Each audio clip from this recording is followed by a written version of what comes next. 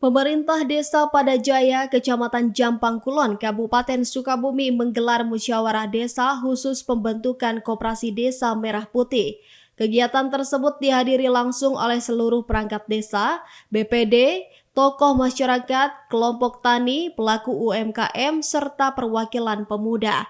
Dengan terbentuknya Koperasi Merah Putih ini nantinya diharapkan bisa menjadi motor penggerak ekonomi lokal melalui program penyertaan modal usaha, penyediaan kebutuhan alat pertanian, dan pengembangan hasil pertanian.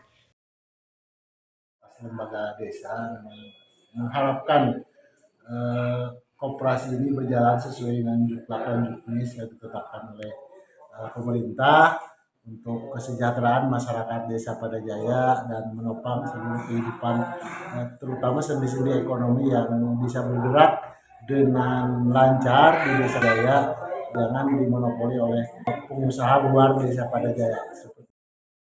Selain melakukan sosialisasi Koperasi Merah Putih, pemerintah Desa Padajaya, Kecamatan Jampang Kulon juga melakukan pembentukan ketua koperasi, penyusunan ADART, dan rencana pelatihan pengelolaan koperasi bagi calon pengurus.